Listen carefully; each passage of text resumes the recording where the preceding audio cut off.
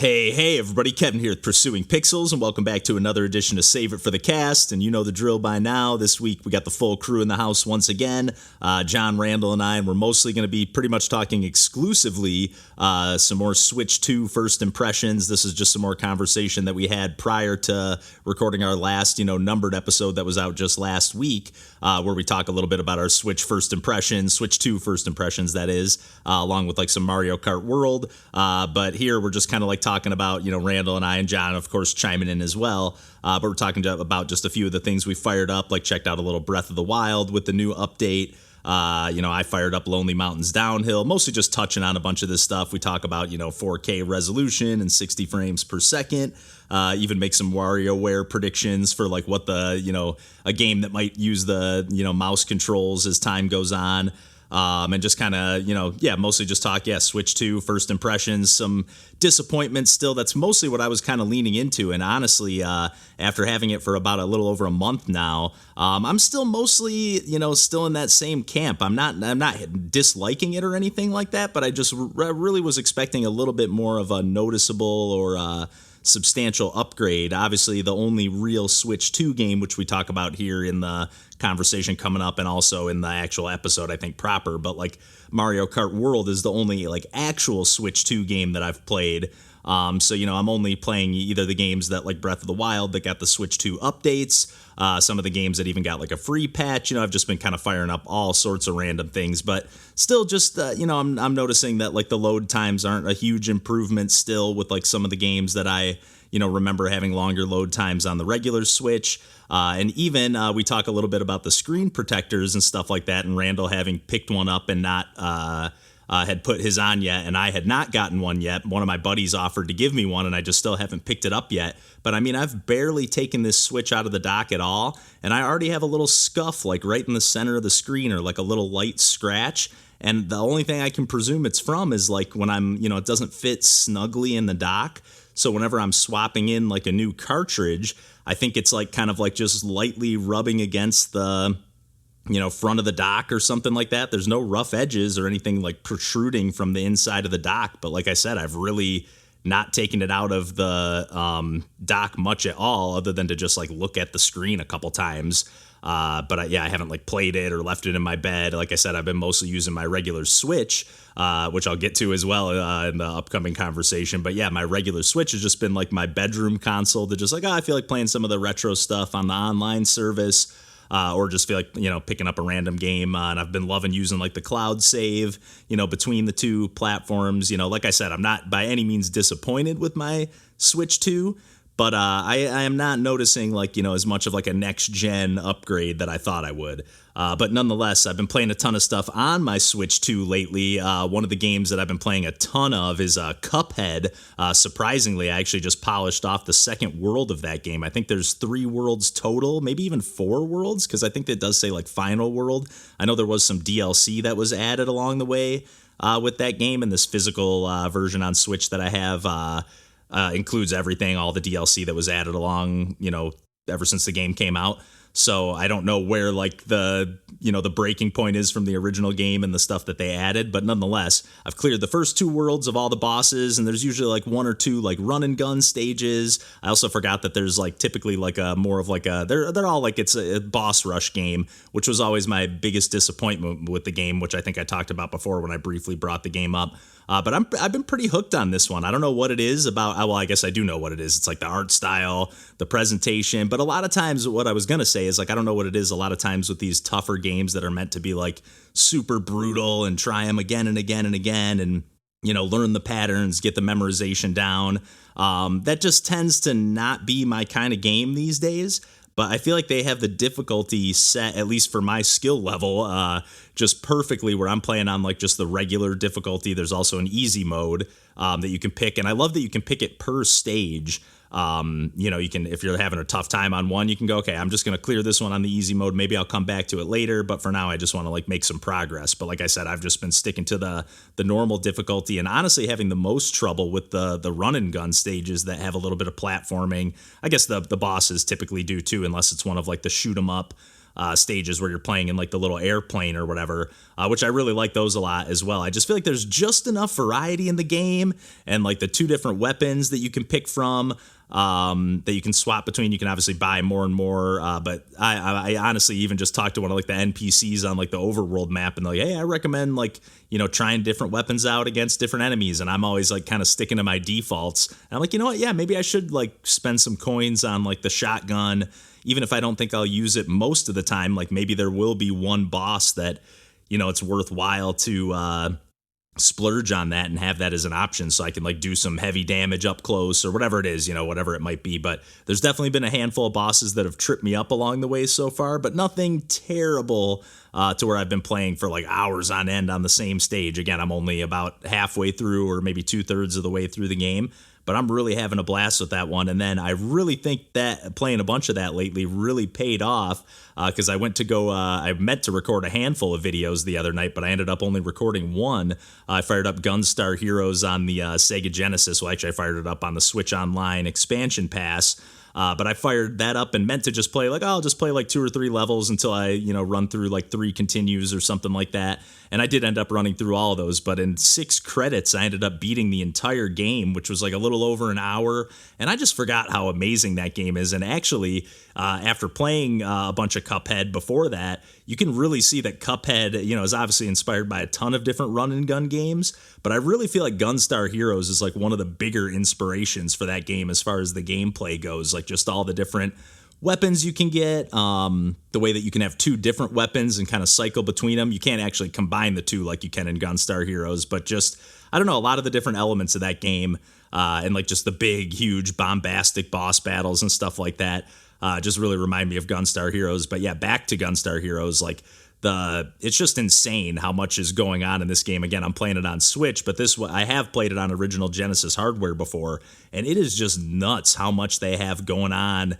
How many enemies are just bombarding you from all directions at all times. It's one of those games where like I kind of learned a while ago, I tend to play games where I try to like just clear out every enemy before I move on, like just know, okay, it's totally safe here. But in this game, they just keep on coming and coming and coming. Like they will not stop. I think eventually they do, or at least slow down, but they just keep coming from, if it's a segment where you're like climbing up like a tower, like they're just going to keep coming from the top and jumping, from above you, and also climbing up from below you and like just cornering you from every direction. But just the movement in that game is just so satisfying. You can do like, obviously just your regular, it's like a run and gun, platformer. But then if you do like a double jump, it's not actually a double jump, but you do like almost like this dive attack. You can also press down and jump, and then you do like a slide kind of Mega Man style. You can grab onto like any of the different platforms that you can, run on, or different like ledges or poles and stuff like that, and kind of cling to them and then flip yourself up to the higher ledge, or just dangle from them for a second so you can, aim at the enemies and shoot them. And then there's 2 different options to pick from between either fixed shot or free shot, where you can, free shot is what I always go with, where you can truly, keep running and gunning the whole time, where fixed shot, I think, lets you, like whenever you're firing, you're, fixed in place.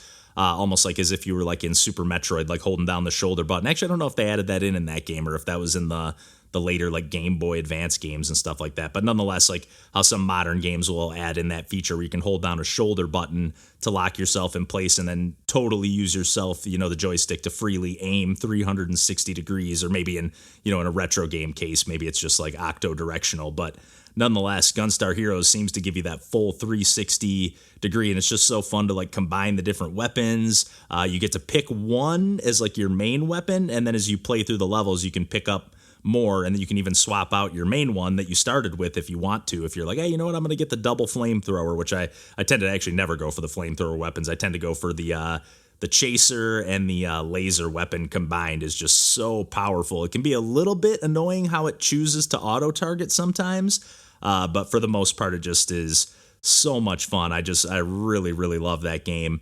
And then the other game that I've actually been playing a little bit of, I just scooped this up and we talked about it, I think during our last recording session. I don't know if it it made it into any of the Save It for the Cast conversation or into the episode proper at all, but I scooped up new Pokemon Snap on Nintendo Switch, and I've just played through like just past, like I feel like I just am out of like the hand-holding opening tutorial bits right now, and it's nothing to write home about by any means. It's actually, like, I'm playing it, and it's like, I mean, it looks HD-ified and stuff like that. It looks nice and clean, but I'm like, I feel like I'm just basically playing a GameCube game or a Wii U game. It doesn't really look all that impressive, which is kind of what I was hoping for, like to just get kind of lost in the worlds and the environments. But it's still just been like a nice relaxing game to like have on in the background while I'm listening to a podcast or just doing whatever else. I guess that'd be probably about the only other thing that I'd be doing. Maybe like have a show on and there's some sports on in the background while I'm playing some video games and whatnot. But I've been mostly playing this on the TV. So yeah, mostly just like listening to some podcasts and snapping some photos of some Pokemon. It's not as fun as the original to me, only in the sense that like I'm not recognizing a ton of the Pokemon, but I do get excited when I do see one, this is one from, the original 150.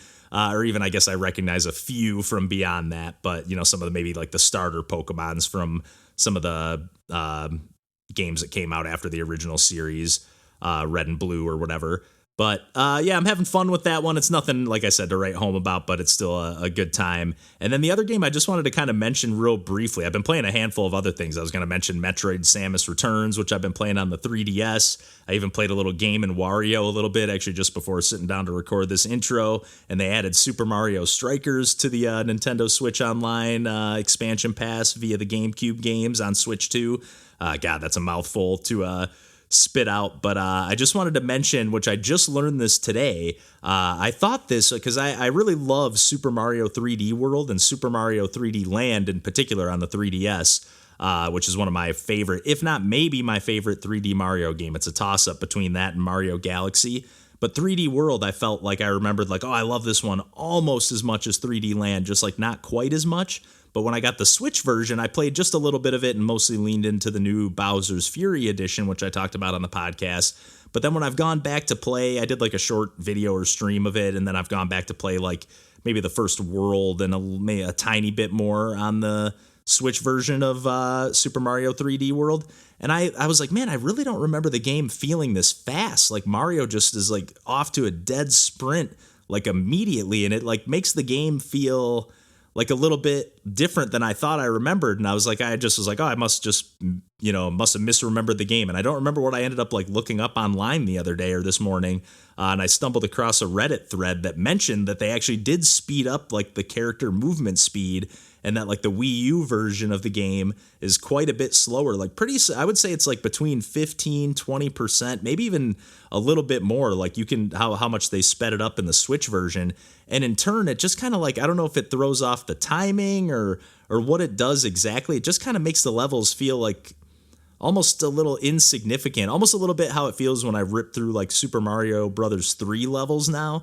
Like I have that game like not memorized to, I'm not speed running it by any means, but I can just, I did a video or a stream of that game, not all the way through, but I was just like ripping through levels, and I ended up playing through the whole game, and I was just like, it's a great game, don't get me wrong, but it just kind of like, at least now, it doesn't have that same sense of adventure that Super Mario World has, because I'm just like, as soon as I start a stage, it's over, I feel. And that's kind of how I felt when I was playing Super Mario 3D World on the Switch. It was just like, man, I just ripped through that level and it's over. I didn't even get to like get kind of sucked into the adventure for a minute, where I did play through the whole first world on the Wii U this morning, and it is like almost significantly slower to where it felt like a little sluggish after playing the Switch version. But after getting all the way through the first world, I was like, no, this feels a little more right to me. I mean, maybe somewhere splitting the difference would be perfect, but yeah, I just thought it was kind of interesting that they like went in there and tweaked that aspect of the game without really tweaking anything else. Like I saw people commenting on like, yeah, there's like some timed challenges that like,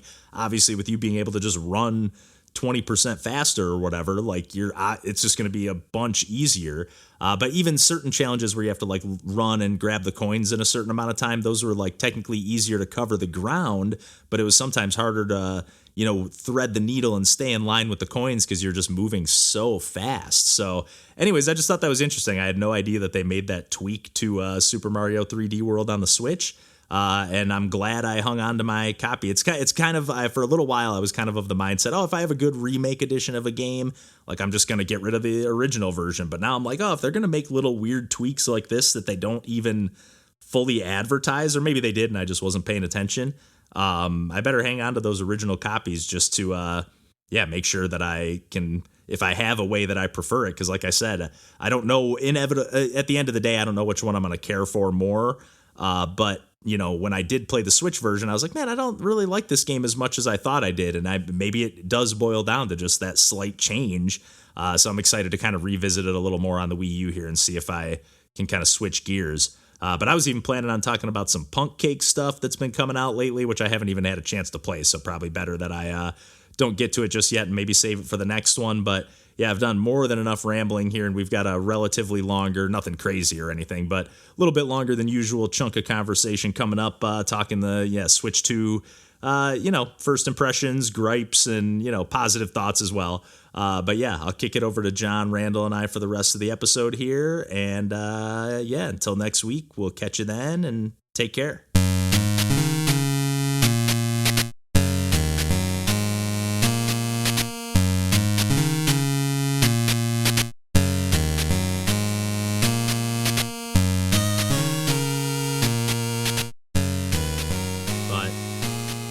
I'm going to save this for the Save It for the Cast, because I don't want to really dig into this on the podcast too much, but I've been a little bit disappointed with the Switch 2 so far, or underwhelmed might be the right word. Okay.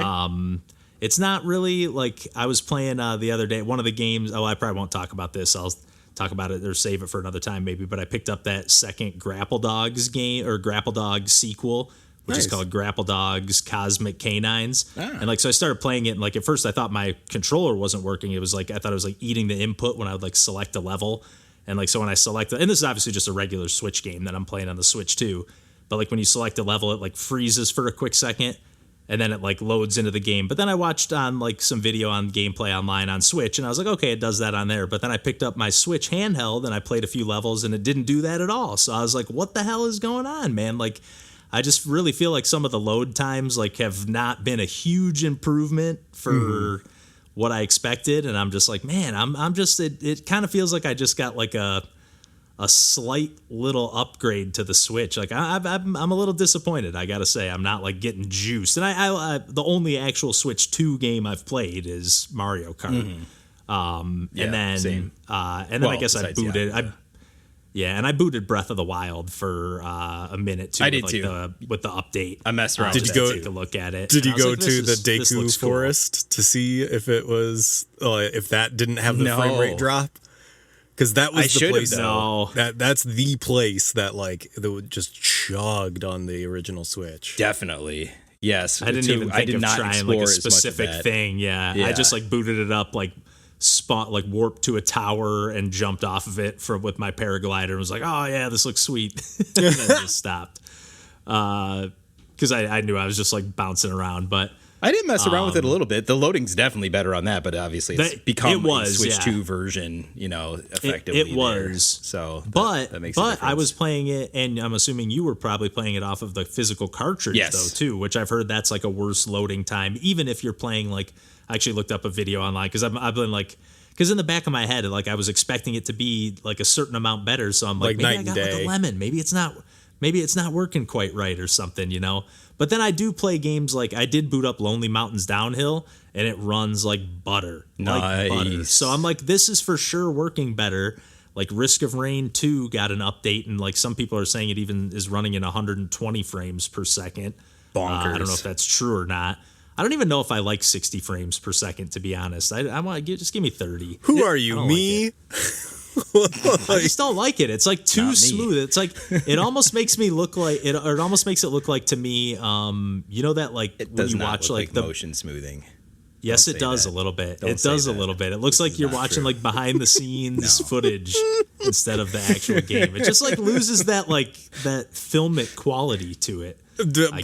Go back and watch some NBA games in standard definition and like tell me about how when HD broadcasts first started and we were all like, it looks too weird. Like, I don't like how it looks. Like, but that's true. That's a good point. But at the same time, though, it's still the same frame rate on TV, I think, to the best of my knowledge. Like, they haven't like improved or changed the frame rate.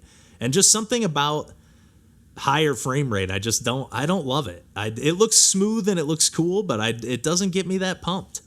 Playing Ori on Xbox, which is a game that I played both of those games all the way through, and I booted it up when I finally got the Xbox hooked up to a nice enough TV that had like a higher refresh rate, and I was like, oh yeah, and that was at least 120 frames, and it just butter. It's just like the motion just felt like so even more immediate and fluid, but like with the animation, like it's pretty impressive. Yeah, I'll have to just, I guess, mess around with it some more, because actually I didn't know. Apparently my TV is 4K. I'm not positive, but like I thought it was 1080p, but like when I hooked everything up, it's like one of the options like lets me set it to 4K. Well, there you go. And seems to be working. So nice. Unless it's like tricking it somehow, because my capture card is like a 4K capture card, and I have it like running through that. So maybe it's like tricking it somehow. Does the TV say anything about 4K, or is it just like, is the Switch recognizing 4K? Yeah, I think it said, because 4K is like the 2166 or whatever. Yeah, I think it said that too. Yeah, so I was like, oh shit, nice. It made me kind of want to get a PS5 even more. But like, so this is what's been kind of like I went after I played, and I don't know what you're going to talk about on the podcast, John, but like I went and played a little Doom 2016 on the PS4. And that still feels more next gen to me than the Switch 2, which is kind of sad. Oh yeah, like on PS4, and that's just, I was expecting it to be at least PS4 plus kind of power, let alone not. Yeah, I didn't expect it to be up to PS5, Xbox Series X, right. But I expected it to at least be able to do what the PS4 can do, like no problem. And it's like, I don't know if it even can do that. My expectation for it is that it would be basically like a Steam Deck, because like a Steam Deck is definitely more powerful than a Switch, but it's like not that much more powerful than a Switch. Like, and I feel like the Switch 2 is probably a little bit more powerful than like the stock or like the original Steam Deck.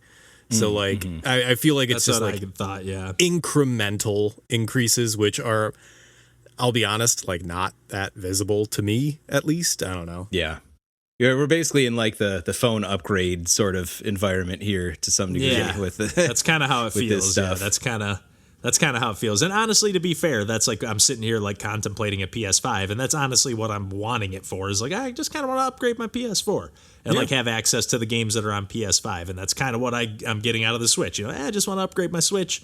It's a way nicer screen. Like it's, don't get me wrong, I'm very much loving it, and I haven't really spent enough time with it truly. But I was expecting it to be like a little bit more noticeable of like oh man, these games are running great. Right. And I was like, even certain games are like dropping frames, and like, I was just like, man, I thought this would be better. But then stuff like Lonely Mountains is running smooth, like I said, other than when you cross the finish line, it still does that thing where it like freezes and skips for a second, but the whole time it's just buttery smooth. And like I played some Monster World. Hunter Rise. I played some Ollie World, that seemed better. Yeah, like I feel like maybe just like the games that are like just these little indie games, like it might be, not to rip on Grapple Dog, like it's like smooth as heck, that game, but like maybe there's just something in like the port or the coding or whatever that's just like eating something that causes it to freeze when you pick a level for a second, or take a second to load. I did play a bit. What did I play? Pikmin 4. Played a bit of Pikmin 4. Yeah, I saw you fire that up. And it looks, I don't know if it actually looks any different than it did on Switch. I mean, the game looked great on Switch also, but I don't know that the loading time was necessarily any better. But I also know that that's a game that hasn't received any kind of patch or update. So, and it didn't prompt any update when I put it in the Switch 2 on the front side, for what that's worth. So, yeah. Yeah, how much did you play of that?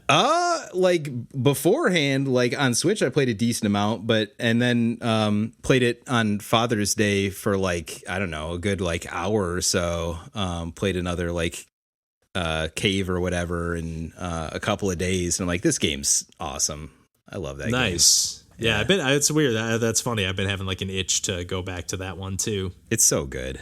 You know this. Yeah. I've got like a handful of Switch games that I've never opened. Like I think I have Super Mario Wonder, I have Pikmin 4, maybe one other. But like part of me is also like, ooh, if I get a Switch 2, I can just wait and then those will be new games for the Switch 2, and I'll kind of like trick my brain. That's actually kind of fun. Yeah. Mm-hmm.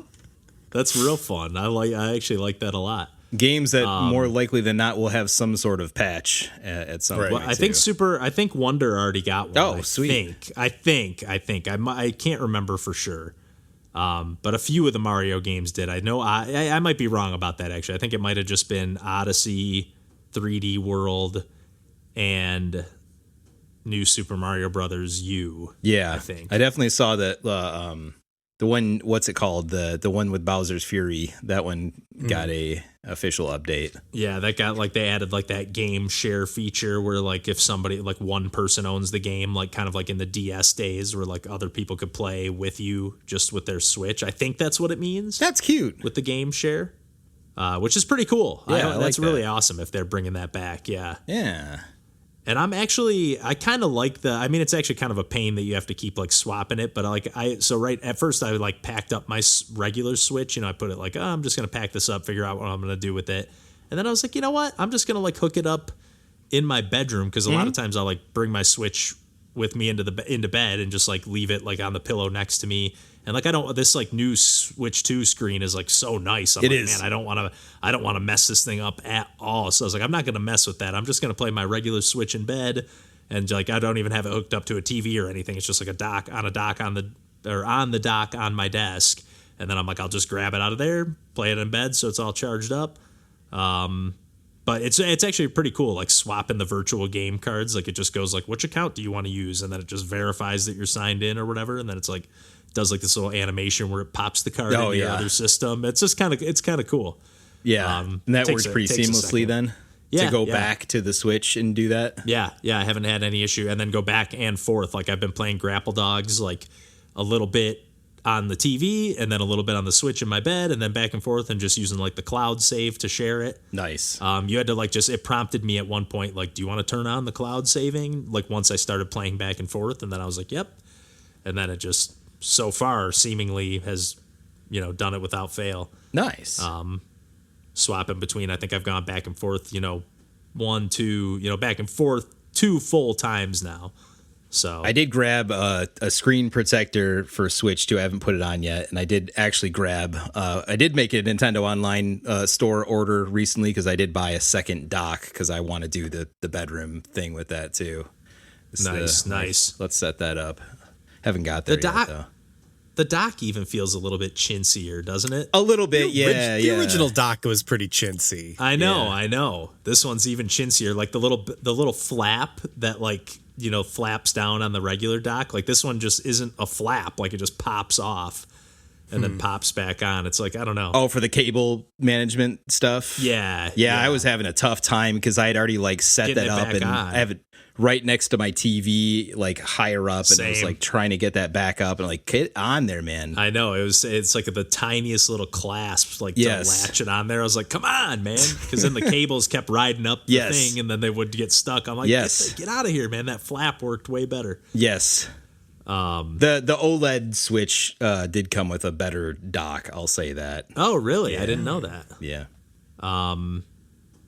Yeah, I guess, because it is a slightly different size, so that makes sense that it would need to be modified. Yeah. But everything else about it, like I'm liking the joy. Well, I don't want to get too much into it. I don't know how much we're going to talk about the thing itself, but I'm digging. I use like the mouse controls a little bit. I haven't done any of that. Pretty cool. Like you can just do it on like the menus. So I was like, oh, nice. So, I can't remember what. Oh, I bought Loop Hero on sale because I was like, maybe the mouse controls will just work because people said that you could just apparently just hook up a USB mouse for that game on Switch and play it. Wow, I feel like that would be a much better one with mouse and keyboard. Yeah, so in my head, I was like, maybe Devolver, like that's a big enough company that published it, like maybe they'll patch that in down the road. And it was a popular enough game that maybe they'll patch in those mouse controls. Right. But I can't imagine playing a first-person shooter like that. Like it just seems like it would still kind of cramp up a little bit, but or like anything action-driven. But if it's just like, you know, for WarioWare games or something like that, or for, you know, cursor control to play like Slay the Spire and grab cards and drag them around like that, that'd be sweet. Yeah, I like that thought. Yeah, you got to believe we're going to get another WarioWare. It's mandated by law. There's a new control scheme gimmick. WarioWare slide it or whatever. Yeah, there you go. Drag it. There you go. WarioWare drag and drop. Put my money on it right now. But yeah. It does feel kind of sweet just having two Switches essentially right now. And I'm looking forward to getting some more Switch 2, you know, games themselves. I've kind of had a hard time. Again, I have my Switch 2 dock awkwardly, but I kind of have had like a little bit of a hard time getting like physical cartridges in and out of the little flip like thing where you put the cartridges in and out of. Like it feels like it wants to. I hated that on the original. Yeah. Did they make it worse? To me, it felt different than what I was used to with at least the OLED Switch. It's definitely a little different than the regular one too, because it like the old one you kind of like pry it open from like the top front. Yeah. And this one you kind of like lift it up from the front back. I do like once I figured out where it was, I was like, oh, I like it feels a little more sturdy. Like that other one, I was always worried I was going to snap it off. Yeah. Like this one feels like it's got like a little more durability to it. The cover I don't have a problem with. It's the actual cartridge and like that coming out from like the teeth interesting. Touching the system feels like I'm forcing it to like release sort of thing. Interesting. I would actually sometimes have a little trouble on my regular Switch, like where I would pop in like a game and it would not read it right. Yeah. And I'd have to like pop it in and out a few times before it would work. But this one actually on mine feels pretty smooth, popping it in and out.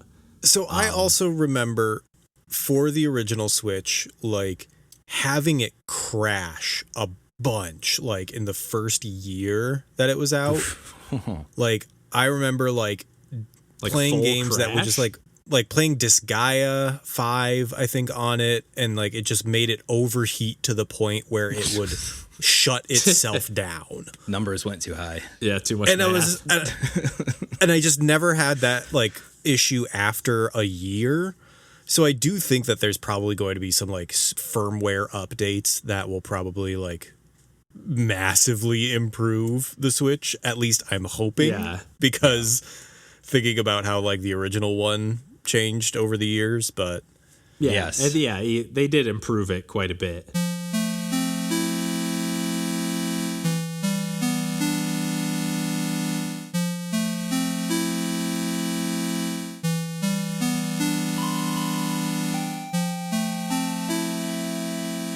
Hey, you're doing a Monster Hunter, but with Doom now.